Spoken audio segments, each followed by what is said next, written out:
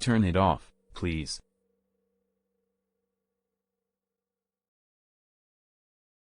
Turn it off now. Okay, if you won't, I'll have to do it myself. And so I did. I turned it off. Row by row. Until there was only a tiny strip left, too tiny for anyone to build a factory on. Because no more factory means I can finally pursue my real destiny. Collecting stamps. I guess it would theoretically be possible to build a factory on here. But I mean, come on, what kind of idiot would try to build a factory on 9 tiles?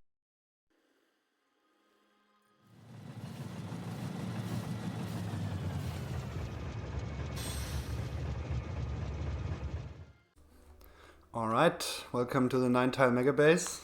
I'm the idiot and I'm gonna show you around a little bit today. Yeah, there's a lot to show. I'm not gonna go through every single build, otherwise it's gonna be a 3-hour video, I guess.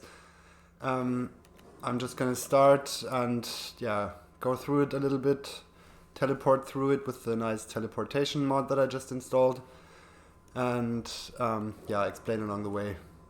The first thing I'm going to show is not the first thing that I built. That's nuclear power, and I was very lucky because I found lots of these small lakes exactly in spaces where I needed them. That's a lie. You cheated. So yeah, in total there's 24 of these reactor blocks here, each making 400 megawatts of power. Cheater. So it's something like close to 10 gigawatts of power that I'm making, and I'm using close to 9, so I'm safe there. Alright, this is maybe the most boring part because it's not really part of the core base. Yeah, during the building process, so all of this was built in creative mode anyways, and during the building process I just had Joseph run on a hamster wheel to provide the necessary power, and then only afterwards did I build these nuclear power plants.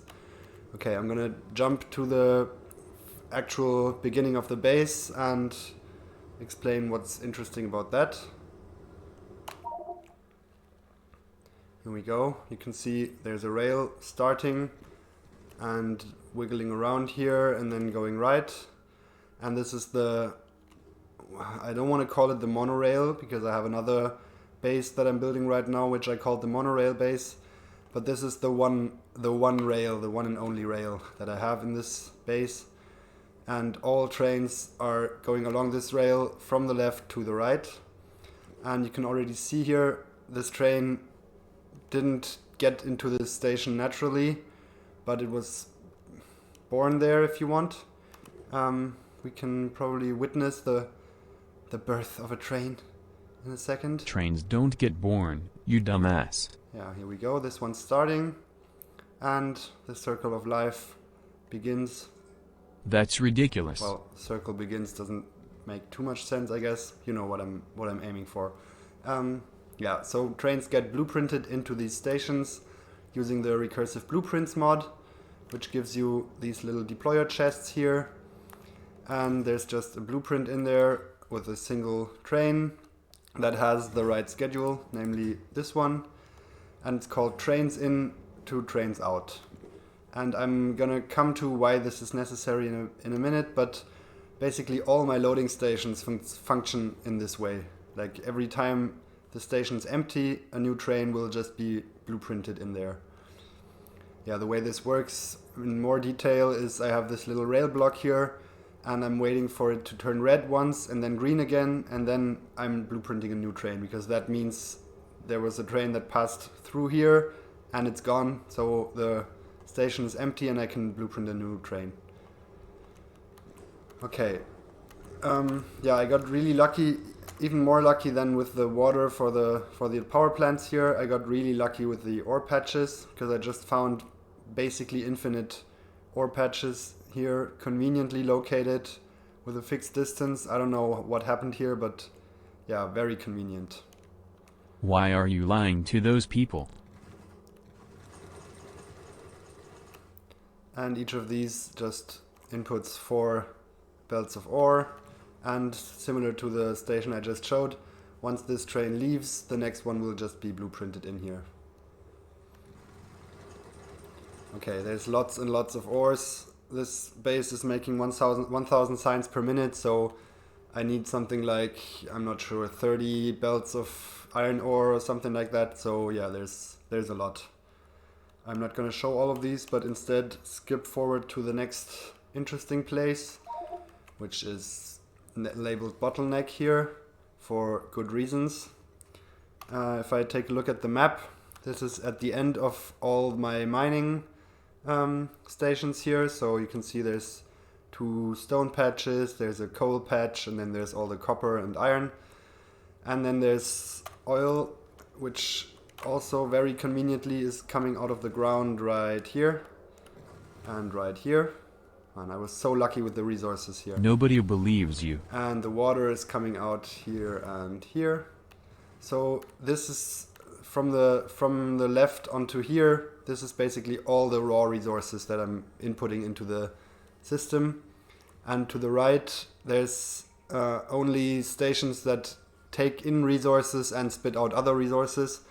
And I think for all, well, there's probably exceptions, but the usual rule of thumb is you get more trains in than you get out. So, for example, iron ore has a stack size of 50, and iron plate has a stack size of 100, and the conversion ratio is approximately 1:1, ignoring productivity bonus. So every 2 iron ore trains make 1 iron plate train. So the train traffic will decrease the further right you go. We can see I built a little measurement device not too long ago. Yeah, there's like 1 train every 3 seconds. So there's 21 trains per minute passing through here. That's been running for like, what's that, 3.5 hours? Yeah, like 4,800 trains in 224 minutes, which is quite a lot. Okay, yeah, I'm gonna probably attach a little time lapse of this region towards the end, just to show the amount of trains passing through here. It looks kind of funny. Okay, then all these ores are of course being smelted in stations like these. There's 4 belts of iron ore coming in and 4 belts of iron plates coming out.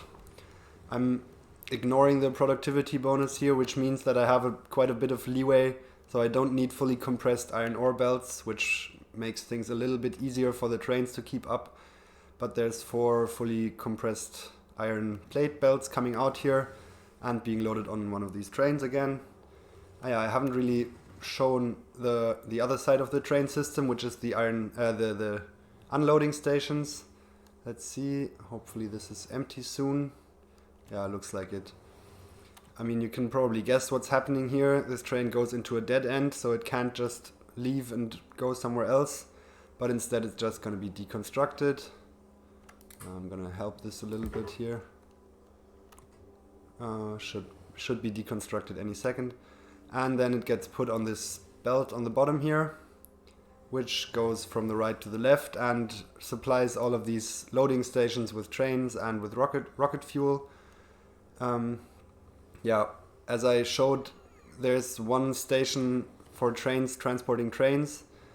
This is to keep rotation on this belt, so this belt doesn't get stuck, or it can get stuck for a little bit, as you can see right now, but there should be some general movement here, otherwise it might be stuck in a position where this inserter can't grab any locomotives, for example, and then yeah, things go bad.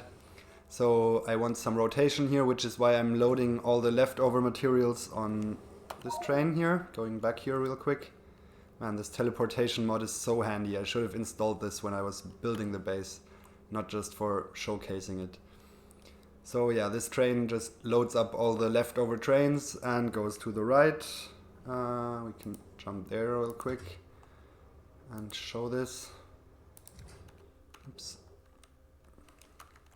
Yeah, there's the corresponding unloading station for trains here. Looks a bit messy maybe, but the idea is just Trains get put into here and recycled on the train belt. I'm using a little pulsed inserter rhythm here to not overload this belt and to be able to properly like have a fixed ratio of wagons to locomotives, for example. But yeah, it's not too important. It's just so that I don't just cram this full of things and then it stops moving or something like that. Or I fit so many wagons on here that I don't have room for locomotives, stuff like that. At the same time, I'm leaching a little bit of rocket fuel from the rocket fuel going to the silos. And this is just feeding all my trains. And I have a little measurement device here as well. Yeah, it's been running for, like the measurement thing has been running for close to 1,000 minutes. And it's used close to 60,000 rocket fuel, so it's roughly 1 per second. Actually, it's pretty exactly 1 rocket fuel per second that I'm needing. I was planning on building another rocket fuel factory only for these trains, but I can just steal that from my normal rocket fuel production. That's fine. Okay, but back to where I was. Where was I? At the bottleneck. Oh, actually a bit further. Yeah, this is the end of the smelting. So you can see there's all these smelting lines here. At this point, there's a lot less train traffic than in the bottleneck place. Simply, as I said, all the ore trains get turned into plate and brick trains, and you just need a lot less trains for that. Okay, then here I'm starting with green circuits. As I said, I'm not going to go through all the specific builds. The idea is usually the same. You have room for 6 blue belts here, and you have room for 1 more red belt down here. If you weave it into this blue belt, this is the one going left for the trains and rocket fuel. So you have like 6 blue plus 1 red belt of throughput, and then you just try and cram the most into that. That's the general idea. Here I'm getting 2 blue belts and 1 red belt out of green circuits, and this gets mixed into these 4 belts which get fed into a train. And of course 2 blue belts and 1 red belt is not quite enough green circuits for 1000 signs per minute. So I don't have 1 of these, but instead I have 1, 2, 3, 4, 5, 6 of these. And that's all the green circuits you need. Yeah, then there's steel, a lot of steel, more steel. Then there's oil. Let's go to the oil. Yeah, this is probably the thing that gave me the most headache. Fluid stations. Because fluid stations are a bit different from normal stations. If you look at this, this is the amount of room you need to store 1 fluid wagon. So one of these tanks can hold exactly 1 fluid wagon. Oh, sorry. So this is the room you need for 1 fluid train, with 4 wagons. And comparing this to solid cargo, this is the room you need to store more than 1 solid train. So yeah, fluids just take up a lot of volume, and I didn't really take that into account when I built this. And then I had to do some trickery to make this work, because trains take a few minutes to get here from their loading point, and I can never have more than 2, in the normal case I can't have more than 2 trains waiting in this station. Otherwise they're gonna stand here and block this rail, and everything's gonna go to hell. So yeah, I need to strike a balance between having enough trains come in to supply the station continuously, and to not have too many trains in here so that they block the rail. And this works okay with solid stuff. I can, for example, use this little room here to make pretty large buffers for solids, and then I can adjust the amount of trains coming in depending on these buffers. But for fluids it's a lot harder, as I said, because I just need a lot more room, and I didn't really leave myself the room here. So what I'm doing instead is slightly overfill the station. So there can be instances where there's 3 trains coming into the station, but there's this little safeguard system here which measures this little rail block here and will tell the front train to be deconstructed if this little rail block is blocked for a few seconds.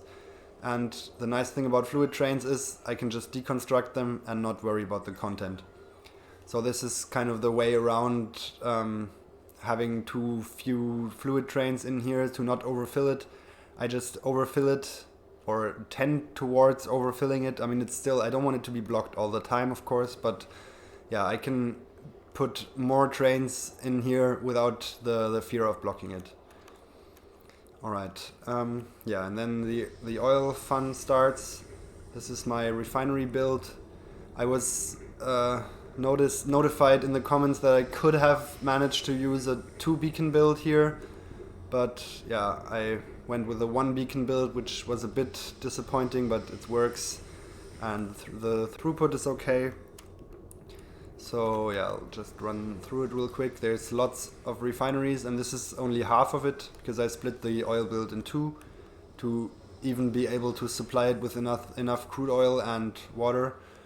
Yeah, the first thing I'm pulling off here is lubricant, and this is going into this train to later get turned into electric engines, and then all the rest is passed on here. The remaining heavy oil is cracked.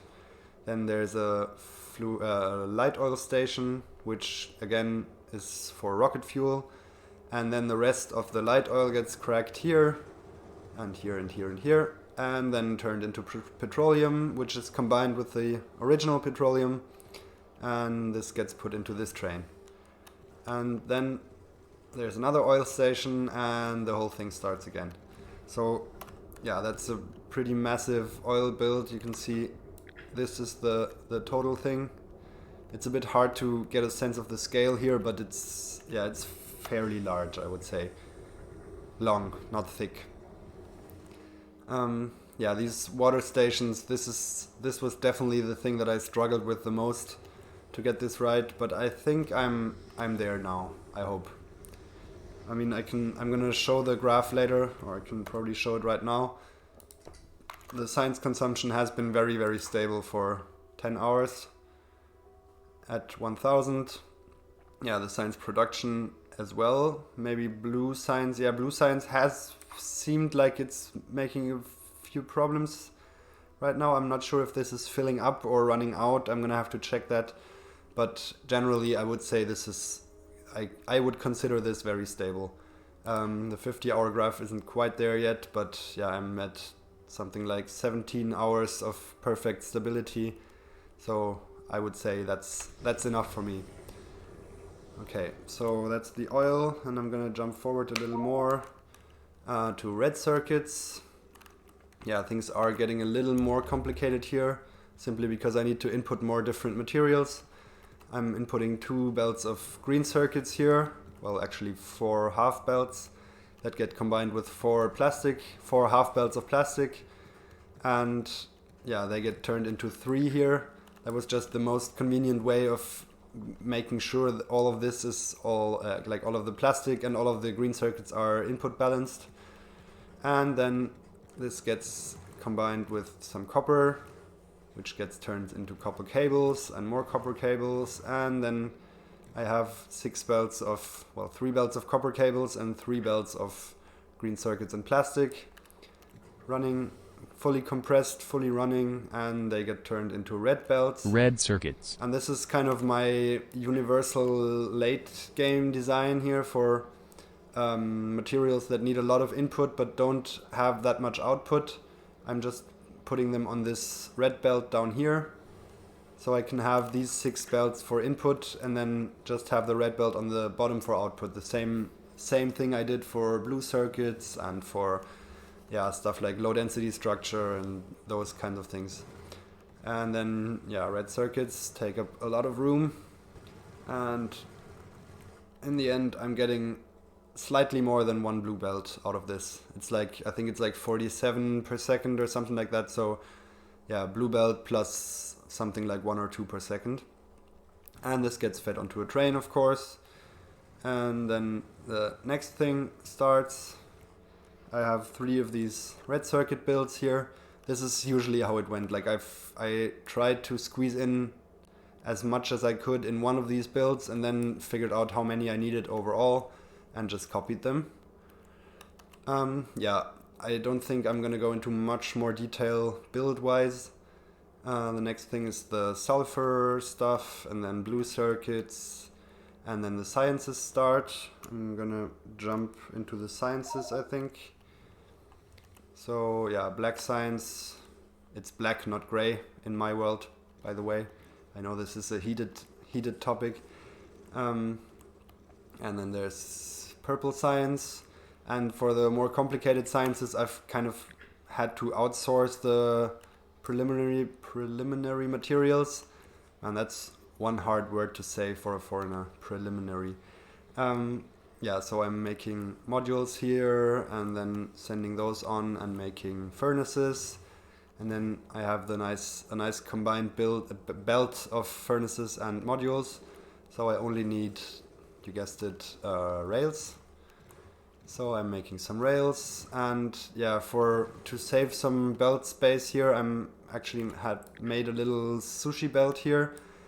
I mean, the consumption ratio of these is just 1:1. So I need 1 furnace and 1 prod module. So I can mix them 1:1 here. And the way I'm doing this is very low tech. I'm just measuring the contents on here, and these deactivate if one of them runs out. That's the whole magic there. Okay, and then I'm making some rails here.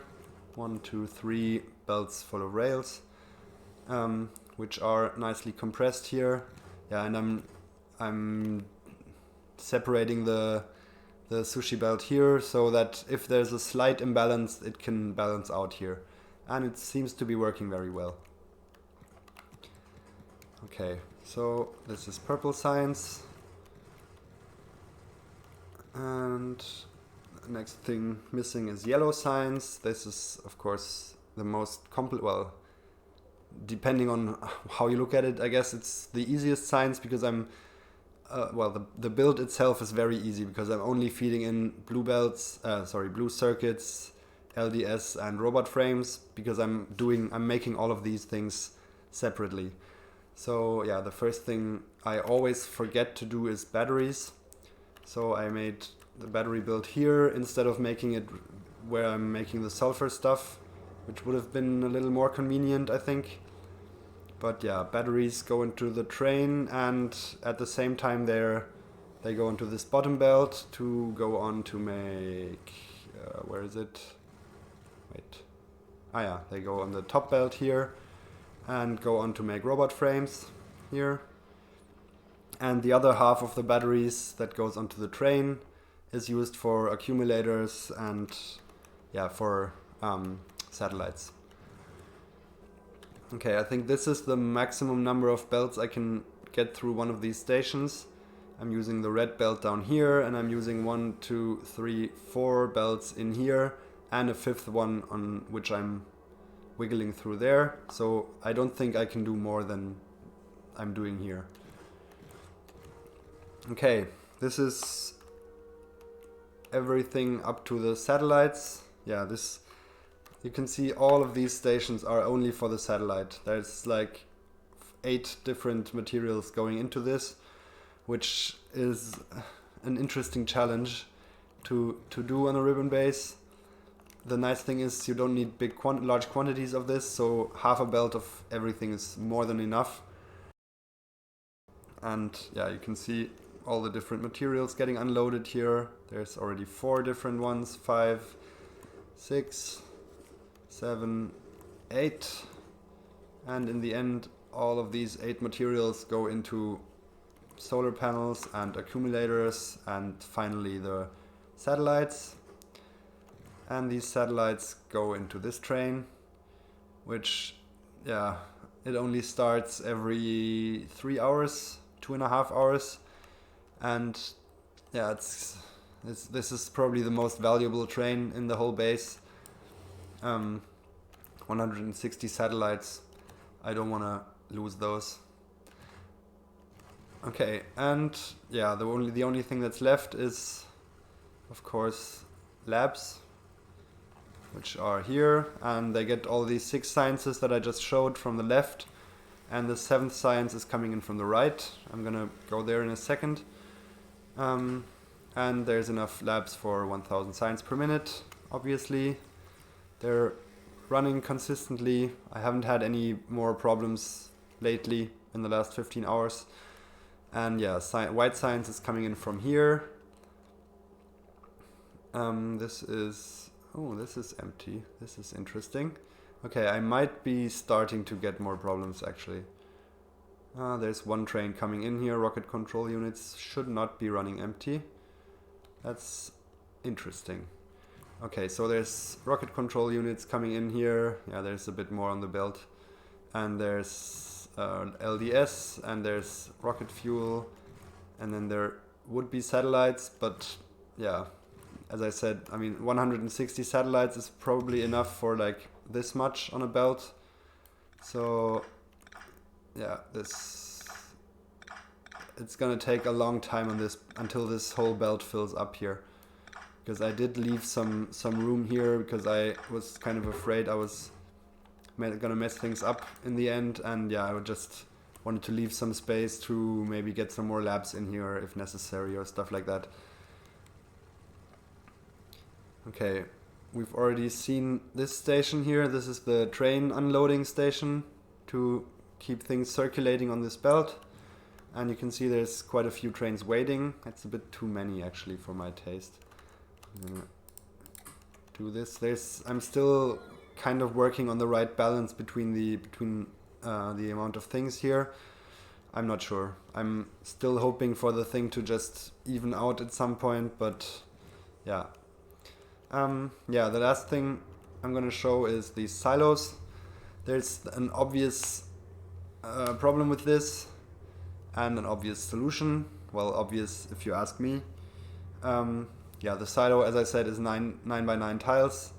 So there's no way of going around it. And since blue underground belts can only pass 8 tiles, you can't tunnel underneath it. And you need more than one silo to provide 1000 science per minute, especially because the maximum number of beacons you can have is 6. So yeah, this just doesn't work in a traditional way. And my non-traditional solution for it, just gonna go inside here. My non-traditional solution for it is thrower inserters from the Renai transportation mod, which, well, throw things, as you might have expected. And they throw things into these chests, and then they get split, and half goes to the left silo and half goes to the right silo. And the same thing happens with the science from the right silo. It just gets thrown to here, and then, yeah, goes on. Yeah, this is the silos. This is white science. I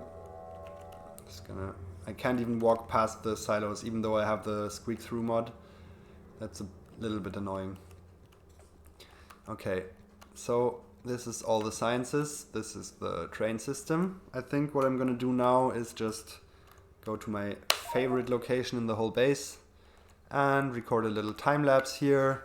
And then I think in the end I'm gonna record a time lapse of a train ride through the whole base, which is gonna be like 17 minutes. So I'm gonna accelerate that by a lot, I guess. I'll play around with this.